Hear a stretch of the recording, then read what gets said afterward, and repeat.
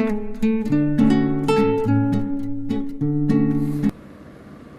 Guys, welcome back to my channel creative story में आपका स्वागत है। गाइस, आज मैं इजानवर्स फीस्ट सितंबर का टॉपिक डिजायर्स के ऊपर अपनी स्टोरी लेकर आई हूँ। आई होप आपको ये स्टोरी पसंद आएगी। उससे पहले गाइस मैं आपको बता देती हूँ, इसमें टॉप वांगजी है, बॉटम विंग है और ये एक BL स्टोरी है। तो चलिए स्टोरी को स्टार्ट करते हैं। तो हमारी कहानी की शुरुआत होती है चाइना के एक छोटे से गाँव लीजियान सिटी से, जहाँ एक फैमिली अपने परिवार के साथ बहुत हैप्पी थी। उन लोगों को तीनों टाइम का खाना मिल रहा था, सर पर छत भी थी, पहनने को कपड़े भी थे, यहाँ तक कि उनका बच्चा स्कूल भी जाता था।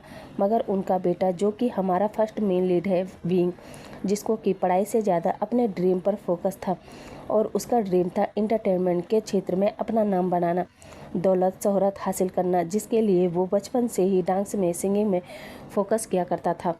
लेकिन हमारे विंग से पढ़ाई नहीं होती थी, जबकि उसके माँ बाप उसे पढ़ाई करके डॉक्टर बनने को कहते थे, क्योंकि उस गांव में एक भी डॉक्टर नहीं था। और विंग, जो खुद बड़ी मुश्किलों से पैदा हुआ था, इसलिए उसके माँ बाप हमेशा उसे पढ़ने को फोर्स करते थे, क्योंकि वो चाहते थे उनका बेटा पढ़ लिख कर एक कामयाब डॉक्टर बने और गांव में रहकर गरीब लोगों की हेल्प करे। लेकिन माँ बाप के सपने से परे विंग के अपने ही सपने थे।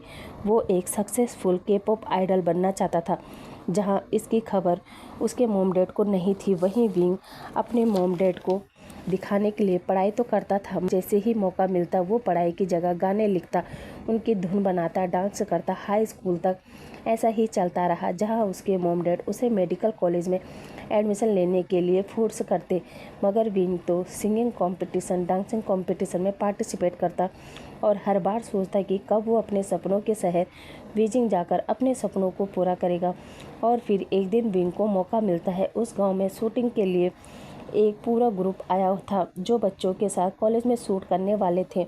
विंग को लगा वो इन सब से बात करेगा और इनके ग्रुप में शामिल हो जाएगा। विंग ऐसा ही करता है। उस फिल्म शूट के दौरान विंग वहाँ के डायरेक्टर, प्रोड्यूसर, हीरो सभी से मिलता है और उन्हें अपना परफॉर्मेंस दिखाता है, जहाँ और तो कोई विंग में इंटरेस्ट नहीं लेता। मगर उस मूवी का हीरो, जो कोई और नहीं बल्कि हमारा लैन वांगजी था, उसे विंग काफ़ी क्यूट लगा। उसकी बातें, वो सभी चीज़ें हमारे वांगजी को बेहद पसंद आई और वांगजी जाते जाते अपना कार्ड विंग को देता है और कहता है वो जब बीजिंग आना चाहे तो उसके पास आ सकता है, वो उसका हर काम करवा देगा। ये सुनना हुआ ही था कि विंग तो अब हवा में उड़ने लगा था। वो बीजिंग जाने का सपना देखने लगा और फिर समय बीत रहा था। अब विंग, जिसने हाई स्कूल कंप्लीट कर लिया था, और अब वो अपने पेरेंट्स को अपने सपने के बारे में बताता है, जो सुनकर विंग के माँ बाप उसके सपने के बारे में सुनकर थोड़ा सैड होते हैं। लेकिन बच्चे की खुशी के लिए वो विंग को परमिशन दे देते हैं कि वो जाए और अपना सपना पूरा करे। अब विंग, जो 18 साल का हो चुका था, इसलिए उसके माँ बाप उसे बीजिंग भेज देते हैं, जहां आकर विंग उसी लैंड इंटरटेनमेंट कंपनी में जाता है, जो कंपनी खुद वांगजी की थी। विंग वांगजी से मिलता है, जहां वांगजी भी विंग को देखकर हैप्पी होता है और फिर विंग को अपने साथ ही रखता है, जहां दोनों में पहले तो जान पहचान होती है। वांगजी भी विंग से काफ़ी पोलाइट वे में बात करता है, उसे अच्छे से रखता है और फिर समय के साथ साथ विंग और वांगजी काफ़ी नज़दीक आ जाते हैं।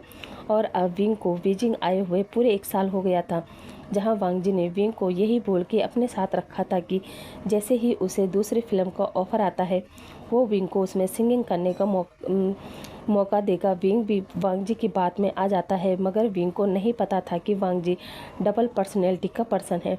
एक तो वो जो दुनिया के सामने था, बहुत ही काइंड, सॉफ्ट हार्टेड पर्सन, वहीं उसकी दूसरी पर्सनैलिटी थी कि वांगजी को जो चीज़ एक बार पसंद आ जाए तो वांगजी उसे दुनिया से छुपा के रखना पसंद करता था, अब वो चाहे कोई चीज़ हो या फिर इंसान।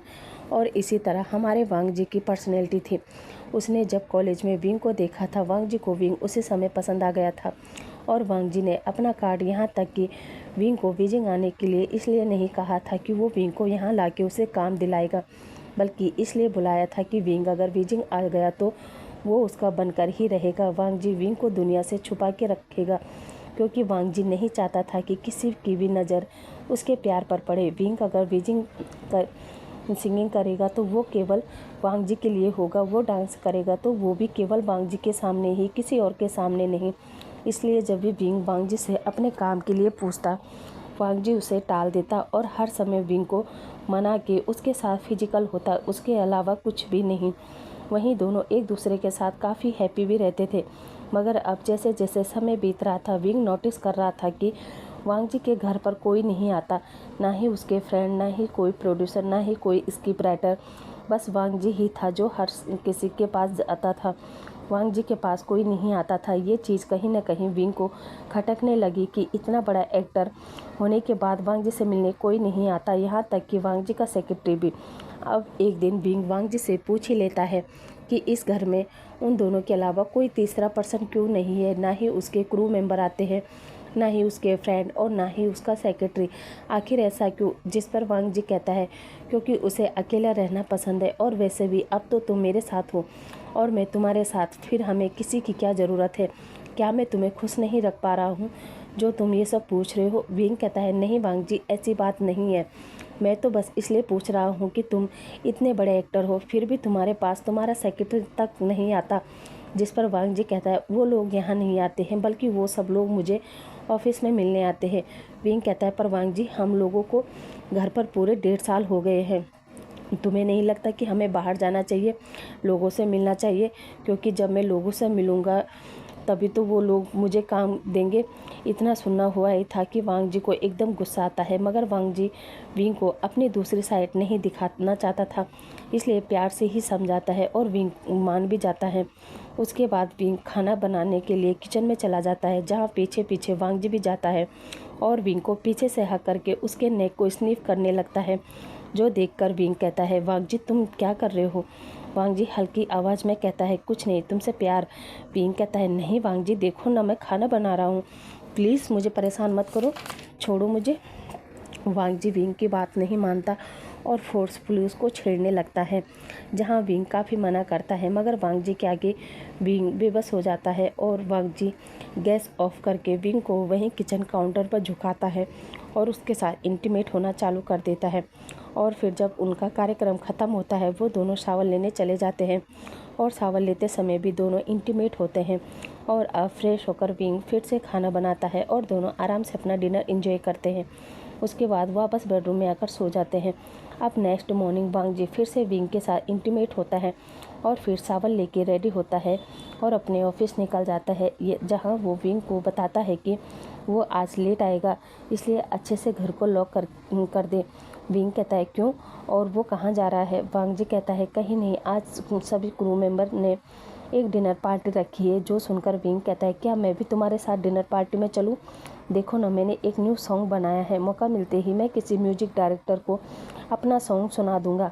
वांग जी बड़े प्यार से कहता है नहीं, ये तो केवल स्टाफ मीटिंग है, इस पार्टी में कोई डायरेक्टर वगैरह नहीं आने वाला है। वैसे लाओ ये सॉन्ग मुझे दे दो, अगर कोई मिलेगा तो मैं ये सॉन्ग उसे दे दूंगा और फिर वो तुम्हारे लिए कॉल कर लेगा। जिस पर विंग हैप्पी होकर कहता है हाँ क्यों नहीं, और विंग अपना लिखा सॉन्ग वांग जी को दे देता है। उसके बाद वांग जी विंग से वो पेपर लेता है और अपने जेब में रखते हुए विंग के फोरहेड पर किस करता है और उस गेट से बाहर निकल जाता है, जहाँ विंग भी वांग जी को गेट पर छोड़ने के लिए आता है और फिर अपनी गाड़ी में बैठकर निकल जाता है। अब विंग वांग जी के जाने के बाद घर के सारे काम करता है और फिर जब वो थक जाता है तो कमरे में आकर आराम करने लगता है। वहीं विंग कुछ देर टीवी देखता है। उसके बाद विंग इधर उधर घूमने लगता है और इसी तरह घर में बैठे बैठे विंग बोर हो रहा था, इसलिए वो सोचता है कि वो घर से बाहर जाएगा। लेकिन जैसे ही विंग रेडी सेडी होकर घर से बाहर जाने के लिए डोर ओपन करता है तो वो डोर ओपन ही नहीं होता। विंग बार बार उस डोर को खोलने की कोशिश करता है, मगर वो डोर नहीं खुलता, क्योंकि वांग जी ने जाते समय अपने मोबाइल से उस डोर पर पासवर्ड लगा दिया था, ताकि कोई भी बाहर का बंदा उस गेट को ना खोले और ना ही विंग घर से बाहर जाए। इधर जब विंग थक जाता है तब वो अपने मन में कहता है ये डोर किसने बंद किया, क्योंकि मैंने तो बंद नहीं किया था। उसके बाद विंग वापस कमरे में आ जाता है और घर में कुछ ऐसी चीज़ें ढूंढने लगता है जिससे वो गेट को आराम से खोल सके। जहाँ विंग को ऐसी चीज़ें तो नहीं मिलती, मगर उसे घर में एक डायरी मिल जाती है। विंग उस डायरी को खोलता है और पढ़ने लगता है, जिसमें लिखा था हाय मेरा नाम सनाया है और मैं एक मॉडल हूँ और मुझे फिल्म इंडस्ट्री में हीरोइन का रोल ऑफ़र हुआ है और मैं लैन वांग जी की को एक्टर बनने वाली हूँ। मैं बहुत हैप्पी हूँ। फिर दूसरा पेज पढ़ता है और उसमें लिखा था आज मैं वांग जी से मिली, वो बहुत ही इंटरेस्टिंग पर्सन है। आगे बढ़ता है, वांग जी ने उसे प्रपोज किया है और मैंने भी हाँ कर दी है। अब हम दोनों लिविंग रिलेशनशिप में रहने वाले हैं। और फिर चौथा पेज पढ़ता है जिसमें लिखा था, मैं वांग जी के घर में हूँ, हमारे बीच बहुत अच्छा चल रहा है। ऐसे ही पढ़ते हुए विंग आगे पढ़ता है और हर एक पेज को पढ़ता है।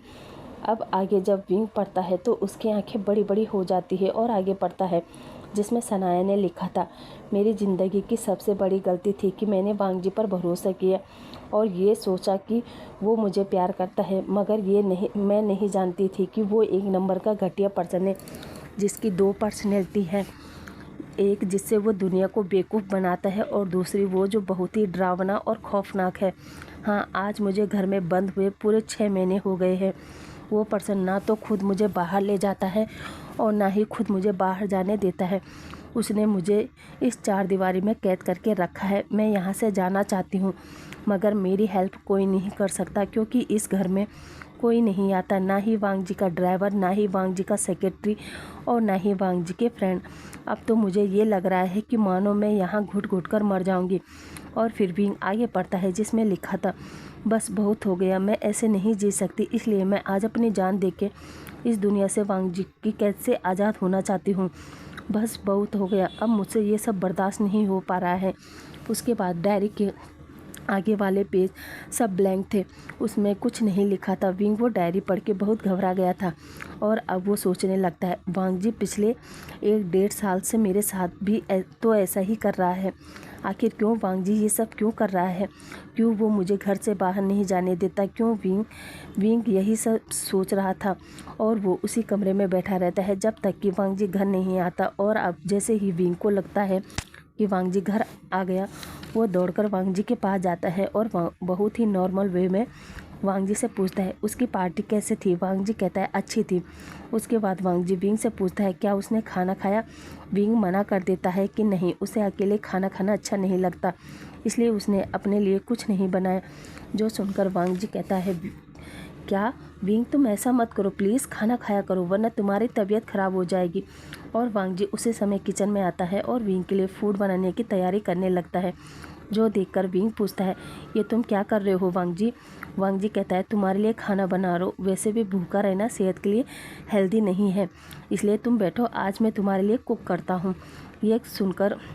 यह कहकर विंग वहीं किचन काउंटर पर बैठ जाता है और वांग जी को देखने लगता है और मन में सोचता है, सनाया ने तो कहा था कि वांग जी के 2 फेस है, मगर मुझे क्यों नहीं दिख रहा? वांग जी तो कितना पोलाइट है, हम्बल है। इतनी देर में वांग जी सूप बनाता है और विंग को सूप देते हुए कहता है, लो इसे पी लो। विंग वांग जी के हाथ से सूप का बाउल लेता है और एक सिप पीते हुए कहता है, वाओ, ये तो बहुत अच्छा बना है। वांग जी कहता है, क्या सच में? उसके बाद विंग वांग जी से पूछता है, वांग जी ये सनाया कौन थी? वांग जी जैसे ही ये नाम सुनता है वो एकदम से विंग को देखता है और पूछता है, तुम्हें सनाया के बारे में कैसे पता? विंग कहता है, मुझे एक डायरी मिली जिसमें सनाया नाम की लड़की ने अपनी फीलिंग लिखी है कि वांग जी कितना अच्छा है, वो उसके साथ में कितना अच्छा रहता है, वांग जी उसे प्यार करता है। बस वांग जी कहता है, क्या इतना ही लिखा है? विंग कहता है, हाँ, वैसे सनाया कौन थी? क्या तुम्हारी लवर थी? वांग जी कहता है, हाँ, वो मेरी लवर थी, पर पता नहीं उसने एक दिन आत्महत्या कर ली। मुझे नहीं पता कि उसने वो सब क्यों किया, मगर मैं उससे बेहद प्यार करता था। विंग कहता है, अच्छा, मगर तुम तो गे हो ना? वांग जी कहता है, नहीं, मैं स्ट्रेट हूँ, मुझे लड़कियाँ और लड़के दोनों ही पसंद है। विंग कहता है, ओह, वैसे चलो, मेरा हो गया, अब वैसे भी रात काफ़ी हो गई है ना? वांग जी कहता है, चलो। उसके बाद विंग और वांग जी बेडरूम में आ जाते हैं जहाँ वांग जी सावल लेकर आता है। उसके बाद फिर से विंग के साथ इंटीमेट होता है और सो जाता है। अब नेक्स्ट मॉर्निंग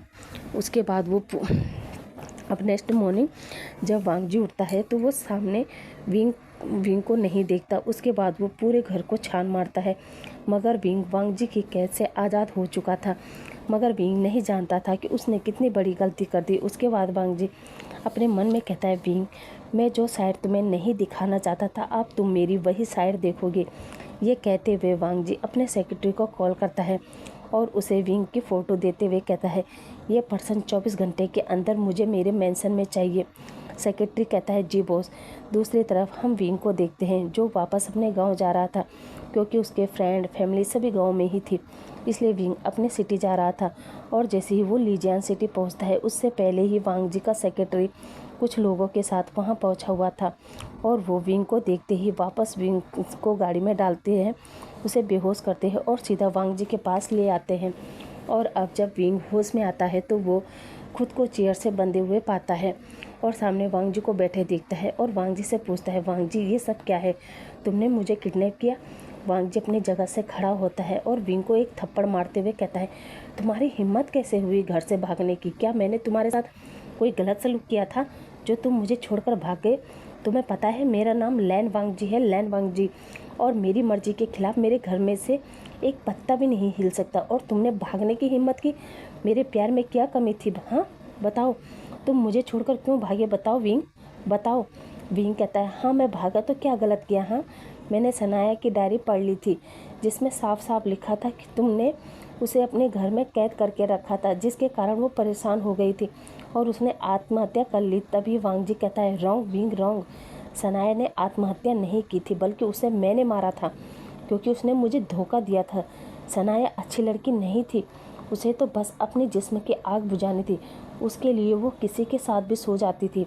वो इस इंडस्ट्री में इसी तरह आई थी और मेरे करीब भी वो इसी वजह से आई थी, लेकिन जब मैंने उसे समझा परखा तब मुझे पता चला कि वो बहुत गलत है। वो मेरे साथ भी सोना चाहती थी ताकि इंडस्ट्री में अपनी मजबूत पकड़ बना सके, मगर मैंने ऐसा नहीं होने दिया।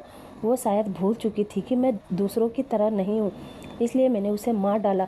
और हाँ, तुम्हें मैं कैद करके इसलिए रखता हूँ क्योंकि मैं नहीं चाहता हूँ कि इस इंडस्ट्री की गंदी नज़र तुम पर पड़े। तुम भी सनाया की तरह किसी के साथ बेड शेयर करो, इसलिए मैं तुम्हें बचा रहा था, क्योंकि मैं तुमसे सच में प्यार करता हूँ और मैं तुम्हें किसी भी कीमत पर खोना नहीं चाहता था। इसलिए मैंने तुम्हें घर में बंद करके रखा, तुम्हें किसी भी पर्सन से नहीं मिलने दिया, क्योंकि मैं नहीं चाहता था कि तुम मुझे छोड़कर किसी और के साथ जाओ। वैसे भी मेरे तुम्हारे लिए किस चीज़ की कमी की थी? हाँ बताओ, किस चीज़ की कमी की थी? तुम मेरे साथ थे, मगर हर महीने मैं तुम्हारे नाम से तुम्हारे माँ बाप को पैसे भेजता था ताकि उनको ये लगे कि उनका बेटा वहाँ काम कर रहा है। मगर तुमने क्या किया? तुमने मेरे प्यार का बदला इस तरह मुझसे लिया। विंग तो वांग जी की बात सुनकर शौक। विंग कहता है, वांग जी ये तुम क्या कह रहे हो? वांग जी कहता है, हाँ, और तुम्हें पता है मैं तुम्हारे लिए दिन रात मेहनत करके म्यूजिक स्टूडियो बना रहा हूँ ताकि तुम उस स्टूडियो में आराम से अपना सॉन्ग गाओ, उसे रिलीज़ करो। विंग मैं जानता हूँ कि मैंने तुम्हें कैद करके अच्छा नहीं किया, मगर विंग इसके पीछे मेरी कोई गलत इंटेंशन नहीं है, बल्कि मेरा प्यार था, क्योंकि मैं तुम्हें खोना नहीं चाहता था। मैं तुमसे बेहद प्यार करता हूँ और तुम मुझे धोखा दे के भाग गए। जो सुनकर विंग कहता है, I am sorry Wang ji, I am sorry, लेकिन तुम ही बताओ मैं क्या करता। हाँ, एक तो तुम मुझे घर से बाहर नहीं जाने देते और ऊपर से सनाया की डायरी ने मुझे अंदर तक हिला के रख दिया था। मुझे लगा कहीं मेरा भी हाल सनाया की तरह ना हो जाए, इसलिए मैं यहाँ से जाना चाहता था, क्योंकि वांग जी मैं अपनी ज़िंदगी इस तरह बर्बाद नहीं कर सकता। और शायद तुम नहीं जानते, मगर बचपन से मैंने केवल एक ही ड्रीम देखा है, आइडियल बनने का, और उस सपने को पूरा करने के लिए ही मैं यहाँ आया था। मुझे नहीं पता था कि तुम मेरे साथ ऐसा करोगे।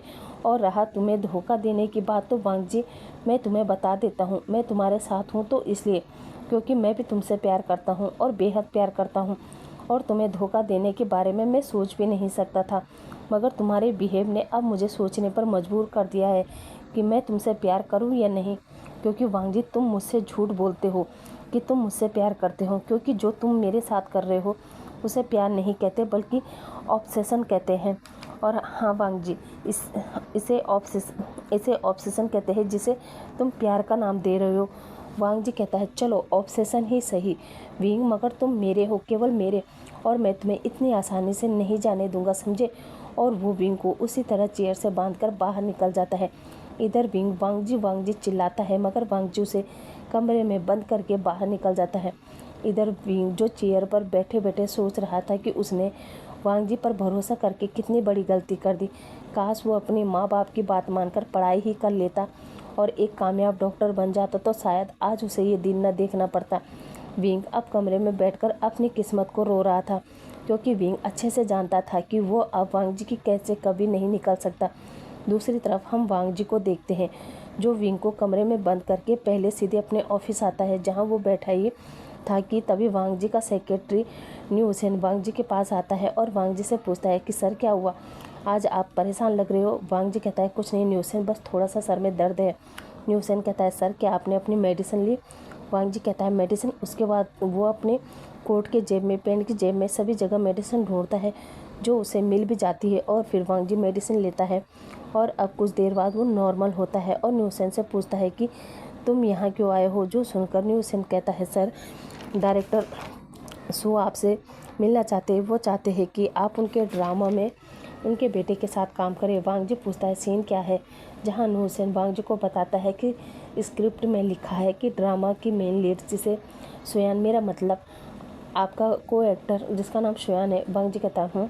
आगे न्यू हुसैन कहता है आगे सर ये कि उसने उस लड़की को किडनैप करके अपने पास रखा है, क्योंकि वो उस लड़की से बेइंतहा मोहब्बत करता है और वो किसी भी हालत में उस लड़की को पाना चाहता है, मगर वो लड़की जो केवल अपने सपने को साकार करने के लिए इस दुनिया में आई थी, जब उसे वो नहीं मिलता तो वो उसी इंसान के हाथों अपने आप को ख़त्म कर देती है, ताकि वो ज़िंदगी भर इस आग में जलेगी। काश वो इंसान उस पर थोड़ा भरोसा कर लेता तो शायद समय के साथ वो दोनों एक हैप्पी लाइफ जीते, ना कि उनके जीवन में इस तरह की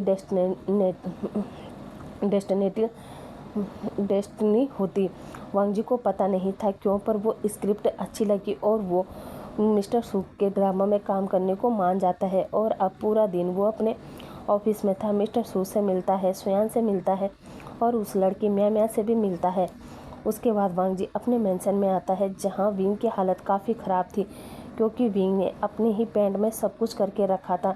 यहाँ तक कि विंग ने सुबह से ना तो पानी पिया था और ना ही खाना खाया था। और जब वांग जी ये देखता है, वो उसे अपने आप पर गुस्सा आता है और वो विंग के पास आकर विंग से माफ़ी मांगता है। इधर विंग, जिसकी आंख में आंसू थे, वो वांग जी की तरफ भी नहीं देख रहा था, क्योंकि वांग जी ने जाते समय ये भी नहीं सोचा कि विंग इंसान है, उसे किसी भी समय वॉशरूम जाना पड़ सकता है या कुछ और भी करना पड़ सकता है।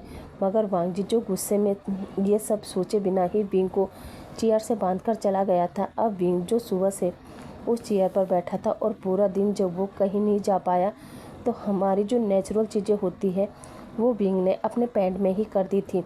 और अब ये देखकर विंग को अपने आप पर बहुत ही गुस्सा आ रहा था, साथ ही अपनी इस कंडीशन को देखकर उसे बेहद बुरा लगता है। और वांग जी जब उसे देखता है तो उसे भी अपने ऊपर गुस्सा आता है, क्योंकि उसने एक बार भी विंग के बारे में नहीं सोचा और विंग को उसी तरह चेयर से बंधा छोड़कर बाहर निकल जाता है। अब वांग जी वही सब सोच के विंग के पास आता है और पहले तो उसे खोलता है, उसके बाद विंग को जैसे ही सॉरी बोलते हुए टच करने जाता है, विंग उससे कहता है दूर रहो मुझसे, मुझे छूना मत। उसके बाद विंग उसी हालत में चेयर से उड़ता है और सीधा वॉशरूम में जाता है और शावर ऑन करके उसके नीचे बैठकर रोने लगता है, क्योंकि आज जो उसके साथ हुआ वो बहुत ही डिस्गस्टिंग था। उसे अपने आप से घिन आ रही थी। वहीं दूसरी तरफ वांग जी जो वॉशरूम के बाहर आकर डोर को नॉक करते हुए कहता है I am sorry wing, I am sorry, मुझसे बहुत बड़ी गलती हो गई, मैंने ये नहीं सोचा था, मैं तो बस तुम्हें पनिश करना चाहता था क्योंकि तुम मुझे छोड़कर भागे थे। Please wing, I am sorry, मुझे माफ़ कर दो। मैं तुमसे प्रॉमिस करता हूँ विंग, आज मुझसे जो गलती हुई है आइंदा से कभी नहीं हो। आगे से मैं कभी भी तुम्हारे साथ ये नहीं करूँगा, मगर तुम भी प्रॉमिस करो कि तुम भी मुझे छोड़कर नहीं जाओगे। प्लीज़ विंग, वादा करो। और मैं भी तुमसे वादा करता हूँ कि आज के बाद से कभी भी ऐसा नहीं होगा। आई am sorry wing, I am sorry. इधर विंग अंदर शावर के नीचे बैठे बैठे वांग जी की सारी बातें सुन रहा था और रोए जा रहा था। वहीं विंग को इस चीज़ का इतना बड़ा सदमा लगा था कि वो पूरी रात वॉशरूम में शावर के नीचे बिता देता है। दूसरी तरफ वांग जी जो विंग से माफ़ी मांगते मांगते वॉशरूम के बाहर ही बैठकर सो गया था। नेक्स्ट मॉर्निंग जब वांग जी की आँख खुलती है तो वो देखता है विंग अभी भी वॉशरूम में है, क्योंकि डोर अंदर से बंद था, साथ ही शावर ऑन था। अब वांग जी घबरा जाता है और वो वॉशरूम का गेट ओपन करता है और अंदर आकर देखता है जहाँ विंग शावर के नीचे लेटा था उसकी पूरी बॉडी कांप रही थी, क्योंकि विंग पूरी रात ठंडे पानी के शावर के नीचे बैठा था और जिसके कारण उसे ठंड लग चुकी थी और वो अब कांप रहा था। तभी वांग जी पहले विंग के कपड़े उतारता है, उसे अच्छे से क्लीन करता है, फिर अपना बाथरोब विंग को पहनाता है और विंग को अच्छे से साफ करके बेड पर लेटाता है और कमरे की एसी को बंद करता है। उसके बाद एक मोटा सा ब्लैंकेट उड़ाता है और उसके हाथों को रफ करते हुए कहता है, विंग ये क्या किया तुमने? और वो विंग के लिए गर्म पानी लाता है, मगर विंग उसे पीने से साफ मना कर देता है, क्योंकि अब विंग जीना नहीं चाहता था। वो भी अब अपनी जान देकर वांग जी की कैसे आज़ाद होना चाहता था, जो देखकर वांग जी कहता है, विंग ये क्या बचपना है, तुम ये क्या कर रहे हो, अपनी जान लेना चाहते हो क्यों? मगर विंग तो बस अब एक पत्थर की मूर्त की तरह बिहेव कर रहा था, जैसे मानो उसके अंदर अब सब कुछ मर गया हो। वो वांग जी से ना ही बात कर रहा था, ना ही कुछ खा रहा था और ना ही पी रहा था। वहीं विंग को अब फीवर भी आ चुका था, जो देखते हुए वांग जी काफ़ी घबरा गया था और पहली बार उसने अपने मेंशन में 2 लोगों को बुलाया था। एक था न्यू हुसैन और दूसरा डॉक्टर, जहां डॉक्टर विंग की हालत देख के कहता है, इनको इतना फीवर है कि हम इन्हें इंजेक्शन भी नहीं दे सकते, मगर ये मेडिसिन खाने के बाद इनका फीवर कम हो जाएगा, इसलिए आप इन्हें ये मेडिसिन खिला दे। जहां वांग जी डॉक्टर को हाँ कहता है, उसके बाद न्यू हुसैन और डॉक्टर को वहाँ से भेज देता है। उसके बाद विंग के पास आकर उसे मेडिसिन खिलाता है, मगर विंग वो मेडिसिन भी नहीं खाता, जो देखकर वांग जी रोते हुए कहता है, प्लीज़ विंग ये मेडिसिन ले लो। अच्छा तुम जाना चाहते हो ना, तो जा सकते हो, तुम्हें मेरे साथ नहीं रहना है ना, मत रहो, मगर प्लीज़ अपनी लाइफ को इस तरह मत ख़त्म करो। विंग प्लीज़, मैं तुमसे प्रॉमिस करता हूँ, तुम जैसे ही ठीक हो जाओगे मैं तुम्हें जाने दूंगा। ये सुनकर विंग अपनी कांपती आवाज़ में कहता है, सच वांग जी, तुम सच कह रहे हो, तुम मुझे जाने दोगे? वांग जी कहता है, हाँ विंग, पर प्लीज़ ये मेडिसिन खा लो, क्योंकि मैं तुम्हें इस तरह नहीं देख पा रहा हूँ, तुम जैसा कहोगे मैं वैसा करूँगा, प्रॉमिस विंग, प्रॉमिस। विंग कहता है, सच वांग जी, तुम अपनी बात से पलटोगे तो नहीं ना? वांग जी कहता है, नहीं पलटूंगा विंग, नहीं, प्लीज़ ये मेडिसिन खा लो, पहले जैसे हो जाओ, उसके बाद तुम्हें जो करना है वो करो, मगर प्लीज़ विंग इस तरह अपनी जान मत दो। विंग भी वांग जी पर एक लास्ट बार भरोसा करता है और फिर मेडिसिन ले लेता है। उसके बाद विंग मेडिसिन लेकर सो जाता है। इधर वांग जी विंग का हाथ पकड़कर बैठा रहता है और अपने मन में कहता है, मैं तुमसे बहुत प्यार करता हूँ और मैं तुम्हें ऐसे नहीं खो सकता विंग, नहीं खो सकता, इसलिए मैं तुम्हें जाने दूंगा, मगर दोबारा तुम कभी भी मेरे सामने आए ना, फिर मैं तुम्हें नहीं जाने दूंगा, आई प्रॉमिस विंग, नहीं जाने दूंगा। ये कहते हुए वो विंग के पास ही लेट जाता है और अब तक जब तक विंग ठीक नहीं होता तब तक वांग जी घर में रहकर विंग का ध्यान रखता है, उसकी केयर करता है। और अब 1 हफ्ते बाद विंग एकदम ठीक हो जाता है और शाम को डिनर के टाइम विंग वांग जी से कहता है, वांग जी तुम्हें अपना प्रॉमिस याद है ना, तुमने कहा था मैं ठीक हो जाऊंगा तो तुम मुझे जाने दोगे। अब मैं ठीक हो गया हूँ और अब वादे के मुताबिक मैं यहाँ से जाना चाहता हूँ। ये सुनकर वांग जी के पैरों तले से ज़मीन खिसक जाती है, मगर वांग जी जो लैन फैमिली से था और वो लोग अपने रूल और रेगुलेशन के पक्के होते हैं, इसलिए वो विंग से कहता है, ठीक है विंग, मैं तुम्हें जाने दूंगा, मगर हाँ, अगर ज़िंदगी में तुम मुझे दोबारा दिखे तो मैं तुम्हें वापस इस घर में ले आऊँगा और फिर कभी भी वापस नहीं जाने दूंगा, समझे? विंग कहता है, समझ गया। वांग जी कहता है, फिर चलो आज की रात को हम यादगार रात बनाते हैं। ये कहकर वो विंग को गोद में उठाता है और विंग को बेडरूम में ले जाने लगता है और विंग से कहता है, और हाँ, एक बात बताना तो मैं भूल ही गया, कल तुम्हें मेरे उठने से पहले निकलना होगा, मेरे उठने के बाद तुम नहीं जा सकते। विंग कहता है, ठीक है। उसके बाद वांग जी विंग के बेडरूम में लाता है और उसके लिप्स को कैप्चर करके उसे डीप हॉट पैशनेट किस करने लगता है। आज की किस देखकर विंग समझ गया था कि वांग जी उसके साथ क्या करने वाला है, फिर भी विंग हिम्मत नहीं हारता और वांग जी जो करना चाहता था उसे करने देता। इधर वांग जी विंग के लिप्स को सक करते करते उसके नेक पर आता है और उसे वहाँ किस करने लगता है। साथ ही वांग जी बाइट भी किए जा रहा था, जिसे देखकर विंग हल्की हल्की मौन कर रहा था।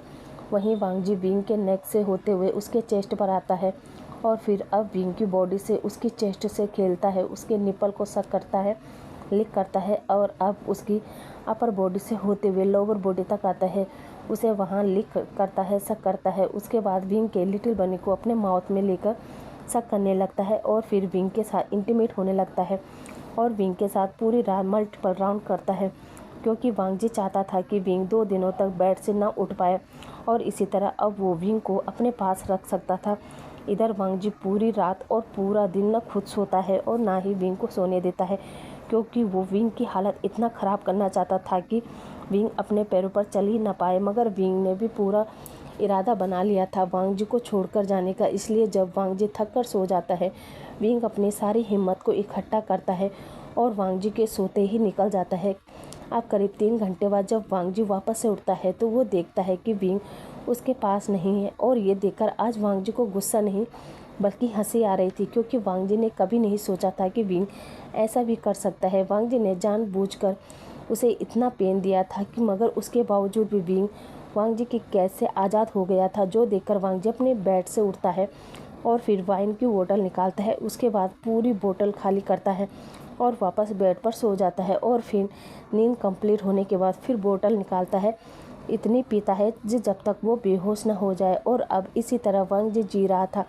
वांग जी उस रात के बाद उस कमरे से बाहर नहीं आया था, ना ही अपने काम पर गया था और ना ही उसने बाहर की दुनिया देखी थी। उसे कुछ भी पता नहीं था कि बाहर दुनिया में क्या चल रहा है।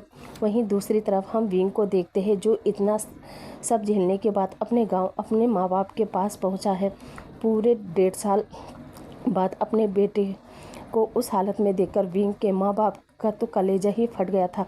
उसके बाद कुछ दिन तो विंग भी अपने घर में बंद रहता है। उसने भी दुनिया से दूरी बना ली थी। इसी बीच विंग को पता चलता है कि वो प्रेग्नेंट है, जो सुनकर विंग के माँ बाप यहाँ तक कि खुद विंग शॉक हो गया था और सोच रहा था कि वो कैसे प्रेग्नेंट हो सकता है। मगर विंग अपने माँ बाप की हिम्मत से उसने ट्विंस बेबी को बर्थ दिया था। मगर अफसोस उस गांव में हॉस्पिटल की कमी होने की वजह से विंग का एक बेबी मरा हुआ पैदा हुआ और दूसरा बेबी भी वो भी काफ़ी कमज़ोर था। मगर विंग ने हिम्मत नहीं हारी और अपने बेबी को अच्छे से केयर की। और अब पूरे 3 साल हो गए थे, जहां विंग भी अब समझ रहा था कि उसके डैड ओल्ड हो रहे हैं, वो अकेले पूरे घर की जिम्मेदारी नहीं उठा सकते। इसलिए अब विंग को भी कुछ करना चाहिए। और फिर वो शाम को इसी विषय में अपने मॉम डैड से कहता है कि वो वापस शहर जाएगा और जॉब करेगा, जो सुनकर बेचान से कहता है, नहीं बेटा, अगर तुम्हें करना ही है तो अब हमारा सपना पूरा करो और हम जो चाहते हैं तो वो बनो। जो सुनकर विंग भी सोचता है वो अपना सपना तो पूरा नहीं कर पाया, लेकिन अपने माँ बाप का सपना ज़रूर पूरा करेगा। उसके बाद विंग ने मेडिकल कॉलेज ज्वाइन किया और फिर देखते ही देखते अब 7 साल बीत चुके थे और विंग एक गवर्नमेंट डॉक्टर के तौर पर अपने ही सिटी में काम करने लगा था। वहीं दूसरी तरफ वांग जी को घर के अंदर बंद हुए पूरे 7 साल हो चुका था। उसका बिजनेस भी पूरी तरह डूब चुका था। मगर वांग जी रिच फैमिली से बिलोंग करता था, इसलिए एक एंटरटेनमेंट कंपनी बंद भी हो गई तो वांग जी पर कोई असर नहीं पड़ा। धीरे धीरे वांग जी, जो एक समय में पॉपुलर एक्टर था, आज दुनिया उसे भूल चुकी थी। वहीं दूसरी तरफ जब वांग जी के फैमिली को इस बारे में पता चला, साथ ही ये भी कि वांग जी पिछले 7 साल से अपने मेंशन से बाहर नहीं निकला, तो उसके मॉम डैड और भाई तीनों घबरा गए और वो बीजिंग पहुंचते हैं। जहां वो वांग जी की हालत देखते हैं तो शौक वांग जी एक जिंदा लाश की तरह अपने बेड पर लेटा था। उसके कमरे से चारों तरफ से बस शराब की ही महक आ रही थी। वहीं वांग जी के सिर के बाल, उसके बियर्ड, सभी चीज़ें काफ़ी बड़ी बड़ी हो चुकी थी। और ये सब देखने के बाद जब सीचेन न्यूसेन से पूछता है कि न्यूसेन, ये सब क्या है, वांग जी की यह हालत कैसे हुई, तब न्यूसेन सीचेन को शुरू से जो कुछ भी हुआ वांग जी के साथ हुआ था वो सब बताता है। जो सुनकर सीचेन को वांग जी पर गुस्सा भी आता है, मगर अपने भाई की हालत पर तरस भी आता है। इसलिए वो लोग पहले तो वांग जी को अपने साथ लाते हैं, उसका अच्छा सा हेयर कटिंग वगैरह कराकर उसे एकदम हैंडसम बनाते हैं। उसके बाद उसकी हालत के बारे में पूछते हैं, जिसे सुनकर वांग जी कोई जवाब नहीं देता। और अब वांग जी की फैमिली वांग जी को साइकियाट्रिस्ट को दिखाते हैं, जहां साइकियाट्रिस्ट वांग जी से बात करती है, मगर वांग जी उसके साथ भी कुछ नहीं कहता। और अब वांग जी की फैमिली को 1 हफ्ता हो गया था वांग जी को इस तरह देखते हुए। अब वांग जी की मोम मैडम लेन, जो अपने बड़े बेटे सीचेन से कहती है वो अपने बच्चे को इस हालत में नहीं देख सकती, प्लीज़ सीचेन अपने भाई के लिए कुछ करो। जो सुनकर सीचेन को समझ नहीं आता कि वो क्या करे। फिर भी अपनी माँ के कहने पर वो न्यू हुसैन को बुलाता है और उससे विंग का एड्रेस मांगता है। न्यू हुसैन, जिसको विंग का एड्रेस नहीं पता था, फिर भी वो सीचेन को बताता है कि एक बार सर ने उसे लीजियन सिटी के बारे में बताया था कि विंग वहीं जाएगा। सीचेन कहता है लीजियन सिटी। अब नेक्स्ट डे ही सीचेन विंग की तलाश में लीजियन सिटी पहुंचता है, जहां वो विंग का नाम बताता है। अब विंग इतना बड़ा डॉक्टर था तो सभी उस विलेज में विंग को जानते थे, इसलिए वो लोग सीचेन को बता देते हैं कि विंग उन्हें इस समय हॉस्पिटल में मिलेगा। जो सुनकर सीचेन गाँव के ही एक छोटे से हॉस्पिटल में जाता है और विंग से मिलता है, जहाँ सिचेन विंग से मिलकर विंग को बताता है कि वो वांग जी का भाई है और वो तुमसे मिलने आया है। जो सुनकर विंग गुस्से में कहता है कि वो किसी वांग जी को नहीं जानता।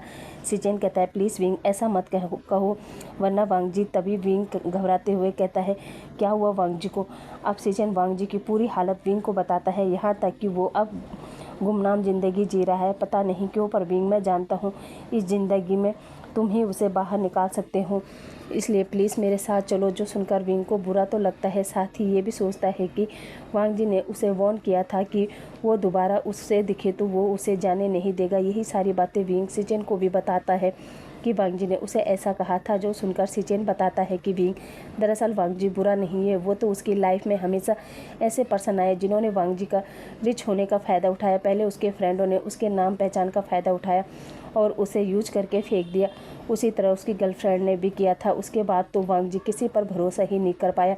मगर फिर सनाया आई, उसने भी वही सब वांग जी के साथ किया जो उसके लवर ने और उसके दोस्तों ने किया। तब से वो वांग जी किसी पर भी विश्वास ही नहीं कर पाया। यहाँ तक कि जब मॉम मार्केट से हमारे लिए शॉपिंग करके भी लाती थी तो वांग जी उस चीज़ को ऐसे छुपाता था मानो कोई उसे छीन कर ले जाएगा। और समय के साथ का वो एक ऑब्सेशन बन गया, उसे पता ही नहीं और उसने उन्हीं सब चीज़ों के साथ तुम्हें भी रखा। उसने ये भी नहीं सोचा कि तुम इंसान हो, तुम्हारे भी अपने डिज़ायर से तुम्हें उस चीज़ के लिए जो भी परेशानी हुई है उसके लिए मैं तुमसे हाथ जोड़कर माफ़ी मांगता हूँ। प्लीज़ भी मेरे साथ चलो। वैसे भी तुम तो डॉक्टर हो ना, और वैसे भी एक डॉक्टर जब ये कोट पहनता है तो वो एक शपथ लेता है कि वो अपने पेशेंट का अच्छे से ध्यान रखेगा। इसलिए प्लीज़ भी इस समय तुम डॉक्टर और वांग जी को एक पेशेंट की जगह रख कर देखो। इसलिए प्लीज़ विंग मेरे भाई की जान बचा लो और मेरे साथ चलो। विंग भी इमोशन में बहकर कहता है ठीक है। उसके बाद विंग सिचेन से कहता है वो आप चलिए मैं कल आऊँगा। सिचेन कहता है ठीक है। अब जैसे ही सिचेन हॉस्पिटल से बाहर आता है उसकी नज़र आयुआन पर पड़ती है जो हॉस्पिटल के अंदर जा रहा था। उसे देखकर सिचेन सोचता है ये तो सेम टू सेम वांग जी की तरह दिख रहा है, कहीं ये वांग जी का बेबी तो नहीं है, मगर इसकी मॉम कहाँ है। तभी सिचेन देखता है आयुआन अंदर जाकर सीधे विंग को हक करता है और कहता है डैडा देखो आज मुझे स्टार मिला है। इधर सिचेन अभी कुछ नहीं कहता, केवल उन दोनों को देखकर चला जाता है। उसके बाद संगाई आकर न्यू सेन से कहता है न्यू सेन विंग और विंग के फैमिली के बारे में पता करो और ख़ास तौर पर उस बच्चे के बारे में जो विंग को डैडा बोल रहा था। न्यू सेन कहता है जी सर। नेक्स्ट डे न्यू सेन तो विंग के बैकग्राउंड के बारे में पता करने चला जाता है। दूसरी तरफ विंग आयुआन को अपने मॉम डैड के पास छोड़कर संगाई आ जाता है, जहाँ वो लेन सिचेन को कॉल करता है और बताता है कि वो संगाई पहुंच गया है। जो सुनकर सिचेन कहता है आप वहीं एयरपोर्ट पर वेट कीजिए, मैं आता हूँ। इतना कहकर वो विंग को लेने निकल जाता है। दूसरी तरफ मैडम लेन वांग जी के रूम में जाती है और वांग जी का फेस वेस अच्छे से क्लीन करके उसे खाना वाना खिलाकर नीचे आती है, जहाँ लेनी वांग जी की हालत देखकर रोने लगती है। तभी कुछ देर बाद सिचेन विंग को लेकर आता है और अपनी मॉम के पास जाकर कहता है मॉम अब आप चिंता मत कीजिए, अब देखना हमारा वांग जी पहले की तरह हो जाएगा। उसके बाद सिचेन लेनी को विंग को इंट्रोड्यूस करवाता है, जहाँ लेनी को भी पता था कि विंग के साथ वांग जी ने क्या क्या किया था। उसके लिए लेनी विंग से माफ़ी मांगती है और अब लेनी भी विंग को वांग जी के बारे में बताने लगती है। तभी विंग कहता है आंटी क्या मैं एक बार वांग जी से मिल सकता हूँ। लेनी कहते हैं हाँ हाँ क्यों नहीं, और वो विंग को वांग जी के रूम के बाहर छोड़कर नीचे आती है। जब विंग पहले तो वांग जी के रूम के डोर को देखता है और फिर गेट खोलकर अंदर जाता है, जहाँ बेड पर वांग जी लेटा हुआ था। उसके हाथ पर ड्रिप लगी हुई थी। वांग जी ने अपनी आंखें बंद कर रखी थी। तभी सिचेन आ जाता है। विंग एक क्वेश्चन भरी नज़रों से सिचेन को देखता है, जैसे पूछना चाहता हो था कि ये सब क्या है। सिचेन भी उन नज़रों को पहचानते हुए कहता है दरअसल वांग जी को ये ड्रिप उसका नशा छुड़वाने के लिए लगा है। वांग जी पिछले 7 सालों से काफ़ी ड्रिंक का एडिक्ट हो गया था, इसलिए अब उसका इलाज चल रहा है। मगर वांग जी किसी से भी बोलना बंद कर दिया है। इसलिए मैंने तुम्हें यहाँ बुलाया है ताकि तुम वांग जी से बात करो, उसके साथ बैठो और उसे पहले की तरह एक हंसता खेलता इंसान बना दो। विंग ये सुनकर सिचेन से कहता है हाँ मैं वांग जी को पहले जैसे बनाऊंगा, क्योंकि मैं उसके बिना नहीं रह सकता, क्योंकि मैं अभी भी वांग जी से प्यार करता हूँ। सिचेन कहता है जानता हूँ, तभी तो मैंने तुम्हें यहाँ बुलवाया, क्योंकि मैं जानता हूँ कि वांग जी ने अपनी जो ये हालत बनाई है ना वो प्यार में बनाई है और प्यार करने वाला इंसान ही उसे बाहर ला सकता है। विंग कहता हूँ मैं अपनी पूरी कोशिश करूँगा। सिचेन विंग को ऑल द बेस्ट कहता है और वहाँ से निकल जाता है। इधर विंग धीरे धीरे वांग जी के पास जाता है और पास बैठते हुए उसके हाथ को होल्ड करता है। उसके बाद उसके फोरहेड पर किस करके कहता है, वांग जी ये सब क्या है, तुमने अपनी ये क्या हालत बना ली है, हाँ बताओ ये सब क्या है। और वो वांग जी के हाथों को पकड़े हुए ही इमोशनल हो जाता है। अब वांग जी पूरे दिन उसी तरह सोया था। इधर विंग वहीं बैठकर बार बार वांग जी को देख रहा था। अब डिनर का टाइम हो गया था, इसलिए मैडम लेन वांग जी के लिए खाना लेकर आती है और विंग को बताती है कि अब ये खाना हमें वांग जी को खिलाना होगा। विंग कहता है लेकिन वो तो अभी भी बेहोश है। जो सुनकर लेनी कहती है हाँ वो बेहोश है, मगर अब उसका उठने का समय हो गया है, इसलिए वो कुछ ही देर में होश में आ जाएगा, इसलिए अब ये खाना तुम वांग जी को खिला देना। विंग कहता है जी। और फिर मैडम लेन वो खाना विंग को दे देती है और वहाँ से चली जाती है। अब कुछ देर बाद वांग जी अपनी आंखें खोलता है। तभी विंग वांग जी से पूछता है, वांग जी क्या तुम ठीक हो। वांग जी अपनी आंखों को थोड़ी बड़ी करता है और विंग को देखते हुए पूछता है, विंग क्या तुम हो। विंग कहता है हाँ वांग जी मैं हूँ। वांग जी कहता है क्या सच में। और वो विंग के फेस को टच करने के लिए अपने हाथ को बढ़ाता है। विंग ये देखकर अपने फेस को वांग जी के पास करता है, जहाँ वांग जी विंग के फेस को टच करता है। और अब विंग के फेस को महसूस करते हुए उसके आंखों से आंसू गिरने लगता है और पूछता है, विंग क्या तुम सच में मेरे पास हो, तुम मुझे छोड़कर नहीं गए ना। विंग कहता है नहीं वांग जी मैं कहीं नहीं गया, मैं तुम्हारे पास ही था हमेशा से, बस तुमने ही मुझ पर विश्वास नहीं किया था। वांग जी ये सुनकर सॉरी बोलते हुए कहता है, I am sorry wing, I am sorry. Wing कहता है नहीं वांग जी सॉरी तुम मुझे बोलना चाहिए, मुझे नहीं पता था कि तुम मुझसे इतना प्यार करते हो कि तुम मेरे जाने के बाद इस हाल में पहुंच जाओगे। जिसे सुनते ही वांग जी कहता है नहीं विंग मैं तो बस ये फील करना चाहता था कि पूरा दिन घर में बंद रहने से कैसा फील होता है, और अब मैं समझ गया कि नहीं ये सही नहीं है, पिंजरे में कोई भी पक्षी खुश नहीं रह सकता। तो तुम तो इंसान थे, तुम कैसे खुश रह सकते थे, इसलिए मैंने जो दर्द जो तकलीफ़ तुम्हें दी थी वही दुख दर्द मैं फील करना चाहता था, इसलिए मैंने ये फ़ैसला लिया। विंग कहता है अच्छा अब बस करो और ये खाना खाओ और वापस से पहले जैसे वांग जी बन जाओ। मगर हाँ वो वांग जी जो विंग से प्यार करता था, उसकी केयर करता था, वो वांग जी जो विंग पर विश्वास करे, विंग पर भरोसा रखे। वांग जी कहता है हाँ विंग आज से जैसा तुम कहोगे तुम बोलोगे मैं वैसे ही बनूंगा, वैसे ही रहूँगा, पर प्लीज़ मुझसे वादा करो कि आज के बाद तुम मुझे छोड़कर नहीं जाओगे। विंग कहता है आई प्रॉमिस वांग जी मैं तुम्हें छोड़कर अब कभी नहीं जाऊँगा। वांग जी कहता हूँ। उसके बाद विंग वांग जी के आंसू साफ करता है और फिर वांग जी को अच्छे से खाना खिलाता है। उसके बाद वांग जी विंग से कहता है, विंग क्या तुम मेरे पास लेटोगे। विंग कहता है क्यों। वांग जी कहता है क्योंकि मेरे मन में जो डिज़ायर्स है उन्हें फुलफ़िल कर सकूँ। विंग कहता है ओह कौन से डिज़ायर्स, वही डार्क रोमांस वाले डिज़ायर्स। वांग जी कहता है हाँ कह सकते हो, लेकिन आज कोई डार्क रोमांस नहीं, बल्कि एक फील तुम्हारा टच, तुमसे बातें करना चाहता हूँ बस। विंग कहता है ओके वांग जी ठीक है।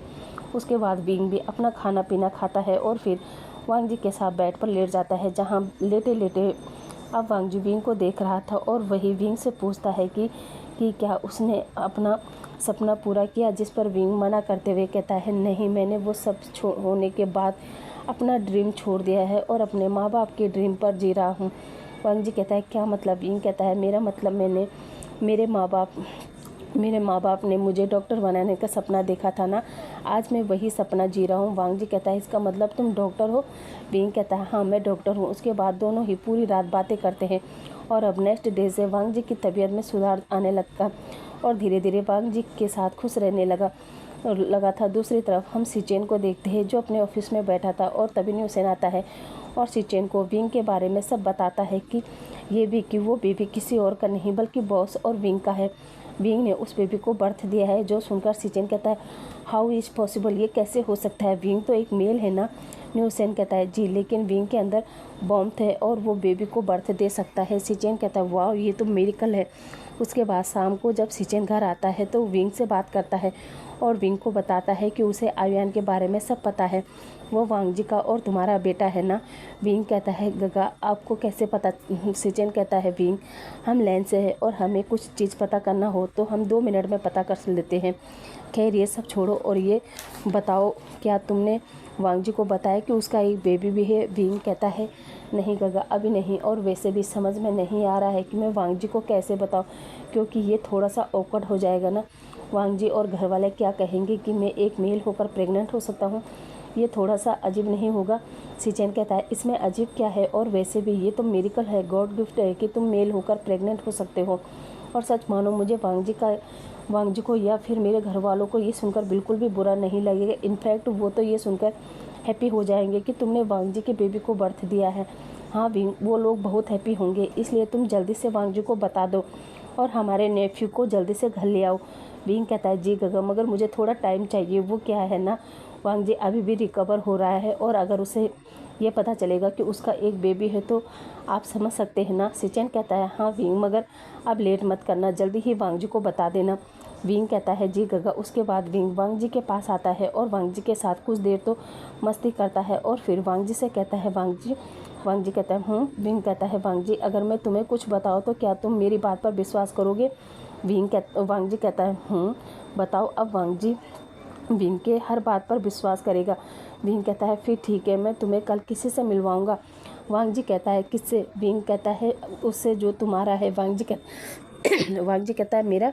विंग कहता है हाँ तुम्हारा, तो क्या तुम उससे मिलोगे? वांग जी कहता है ओके ठीक है। अब नेक्स्ट डे विंग अपने मॉम डैड को कॉल करके उन्हें संघाई आने को कहता है और बताता है कि वो आयुन को उसके डैड से मिलवाना चाहता है और आप लोगों को भी, जिसे सुनकर विंग के मॉम डैड हाँ कहते हैं और नेक्स्ट डे ही संघाई पहुँच जाते हैं, जहाँ पूरे घर को विंग और सिचेन ने पहले ही बता दिया था कि कौन आने वाला है। वही केवल वांग जी को नहीं पता था। बस उसके बाद विंग की फैमिली वांग जी से मिलती है, साथ ही मैडम लेन आयुन से मिलती है तो बहुत हैप्पी होती है क्योंकि वो उनका इकलौता ग्रैंड चाइल्ड था। इसलिए सभी आयुन को बहुत प्यार करते हैं, उसे बहुत सारे गिफ्ट देते हैं और अब वांग जी को वहाँ बुलाया जाता है, जहाँ वांग जी विंग के मॉम डैड से अच्छे से बात करता है, उनसे विंग के साथ किए सलूक की माफ़ी मांगता है, जहाँ विंग के मॉम डैड भी बड़ा दिल रख के वांग जी को माफ़ कर देते हैं। उसके बाद वांग जी को आयुन से मिलवाया जाता है और बताते हैं कि ये उसका अपना खून है, उसका अपना बेबी है। जो सुनकर वांग जी शॉक, और वो कहता है ये कैसे हो सकता है, मैं तो केवल विंग के साथ ही फिजिकल हुआ था, बाकियों के साथ नहीं, और विंग एक मेल है, फिर ये बेबी मेरा कैसे हो सकता है? जिस पर विंग बताता है कि वांग जी ये बेबी हमारा है, आयुन को मैंने बर्थ दिया है। ये सुनकर तो वांग जी शॉक और फिर हैप्पी फेस बनाकर पूछता है क्या सच में विंग तुम प्रेग्नेंट हो सकते हो? विंग भी मुस्कुराकर हाँ में सिर हिलाता है। इधर वांग जी विंग को एकदम हक कर लेता है और कहता है I am so happy wing, I am so happy कि तुम प्रेग्नेंट हो सकते हो, साथ ही ये कि तुमने आयुन के रूप में मुझे एक प्यारा गिफ्ट दिया है। उसके बाद दोनों फैमिली कहते हैं चलो सब ठीक हो गया, आप जल्द से जल्द इन दोनों की शादी करवा देते हैं। जिसे सुनते ही विंग कहता है एक मिनट, और फिर वांग जी से कहता है वांग जी मैं जानता हूँ कि तुम मुझसे बहुत प्यार करते हो और सच मानो तो मैं भी तुमसे बेहद प्यार करता हूँ, लेकिन वांग जी अब मैं एक डॉक्टर हूँ और मैं पहले की तरह चार दीवारी में बंद नहीं रह सकता, इसलिए मैं सोच रहा हूँ हम दोनों एक दूसरे से दूर ही रहते हैं। और हाँ, जब तुम्हारा मन करे तब तुम मुझसे मिलने आ सकते हो और जब मेरा मन करे तो मैं तुमसे। जो सुनकर वांग जी कहता है विंग मैं जानता हूँ कि तुम ये सब क्यों कह रहे हो, लेकिन तुम फिक्र मत करो, जो गलती मैंने पहले की थी वो गलतियाँ मैं दोबारा नहीं दोहराऊँगा, इसलिए अब ये ख्याल अपने मन से निकाल दो कि मैं तुम्हें पाने के बाद फिर से चार दीवारी में कैद कर दूँगा। वैसे भी तुमने कहा था ना मैं तुम्हें प्यार नहीं करता बल्कि मैं तुम्हारे प्रति ऑब्सेशन हूँ। ऐसा नहीं है विंग, मैं तुम्हारे लिए ऑब्सेशन हूँ, मगर मैं तुम्हारे प्यार में भी हूँ। मुझे डर लगता है ये सोच के कि तुम मेरे साथ वैसा न करो जैसे पहले मेरे प्यार ने, मेरी गर्लफ्रेंड ने, मेरे फ्रेंड ने, यहाँ तक कि सनाया ने किया था, इसलिए मैं तुम्हें चार दीवारी के अंदर रखता था। मगर अब मैं समझ चुका हूँ ये सब गलत है और सच्चे प्यार का मतलब ये है कि एक दूसरे पर विश्वास करना, एक दूसरे पर बिलीव करना। हाँ विंग, अब मैं समझ चुका हूँ, इसलिए आज के बाद मैं कभी भी तुम्हें कैद करके नहीं रखूँगा। विंग कहता है सच? वांग जी कहता है हाँ सच। विंग कहता है फिर ठीक है, अब मैं तुमसे मैरिज करने के लिए तैयार हूँ। उसके बाद सभी कहते हैं फिर ठीक है, हम इसी हफ्ते इन दोनों की मैरिज करवा देते हैं। विंग की फैमिली कहती है फिर ठीक है। तभी विंग कहता है और वांग जी शादी के बाद मैं वापस अपने सिटी चला जाऊँगा क्योंकि वहाँ के लोगों को मेरी ज़रूरत है। जिस पर वांग जी कहता है ओके, फिर मैं और आयुन हर सैटरडे और तुम्हारा इंतज़ार करेंगे और संडे को हम मस्ती करेंगे। क्यों? आयुन कहता है यस डैड। उसके बाद हम सीधा एक हफ्ते बाद का सीन देखते हैं जहाँ आज विंग और वांग जी की मैरिज थी। आयुन अपने मॉम डैड के लिए रिंग लेकर स्टेज पर जाता है। उसके बाद दोनों एक दूसरे को रिंग पहनाते और फिर ब्रीस्ट बाउल्स लेता है और दोनों को किस करके शादी को लॉक करने को कहता है। उसके बाद हम सीधा शाम का समय देखते हैं जहाँ वांग जी और विंग तो उसी मेंशन में आ जाते हैं जहाँ वो दोनों पहले रहते थे। वहीं इस बार वांग जी ने उस घर में मेड वगैरह भी रखी हुई थी, लेकिन आज वांग जी की वेडिंग नाइट थी तो वहाँ कोई नहीं था सिवाय विंग और वांग जी के। उसके बाद वो दोनों वहाँ से अपना रोमांस स्टार्ट करता है। और इस बार वांग जी विंग को पूरे 1 हफ्ते तक उसी घर में रखता है और उसके साथ सुबह शाम बस रोमांस करता है और नाइट स्पेंड करता है। अब 1 हफ्ते बाद विंग और वांग जी बीजिंग से शंघाई वापस आ जाते हैं, जहां अब विंग को वापस अपने सिटी अपने वर्क पर जाना था। वहीं वांग जी अब अपने मॉम डैड के साथ रहता था, साथ ही उसने अपना एक्टिंग करियर दोबारा स्टार्ट कर लिया था। और अब आयुआन ज़्यादातर अपने ग्रैंड पेरेंट्स के साथ रहता था, क्योंकि वांग जी ज़्यादातर शूटिंग में बिजी रहने लगा। वहीं विंग अपने हॉस्पिटल वर्क में, मगर वांग जी को कहीं ना कहीं विंग के ड्रीम के लिए बुरा लगता था। इसलिए वांग जी एक स्टेज शो की तैयारी करवाता है और उसमें विंग को अपने साथ ले जाता है, जहां विंग को बताया जाता है कि आज उन्हें यहां परफॉर्मेंस करना होगा। विंग भी इस चीज़ के लिए मान जाता है और उस स्टेज शो पर अपना बेस्ट परफॉर्मेंस देता है, जो देखकर वहां आए सभी लोग क्लैपिंग करते हैं, सीटी बजाते हैं। और अब स्टेज शो की वजह से विंग को भी फिल्म इंडस्ट्री में गाने का मौका मिलने लगा। और अब वांग जी के साथ साथ विंग के भी काफ़ी फ़ैन बन गए थे और अब विंग का ड्रीम भी पूरा हो चुका था। मगर उसने अपने ड्रीम को साइड रखकर अपने डॉक्टर वाले प्रोफेशन को ही चुना और बीच बीच में मौका मिलता तो वो महीने में अपनी 1 या फिर 2 एल्बम निकाल ही दिया करता था। और अब विंग ने जो ड्रीम बचपन से देखा था वो भी साकार हो गया था और उसके माँ बाप ने भी जो सपना देखा था उसे भी पूरा कर रहा था। साथ ही वांग जी अब पहले की तरह बिल्कुल भी नहीं था, वो विंग को उसके हर काम में सपोर्ट करता था। और अब सी चेन की मदद से और अपना कंट्रीब्यूशन देकर विंग ने अपने सिटी में एक हॉस्पिटल बनवा लिया था।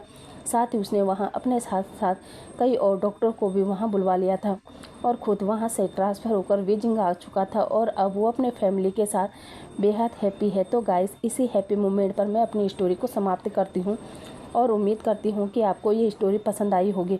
अब आपसे कल मिलते हैं एक और न्यू स्टोरी के साथ में। तब तक खुश रहिए, मस्त रहिए और मेरी स्टोरी को एंजॉय करिए। Thank you, bye bye.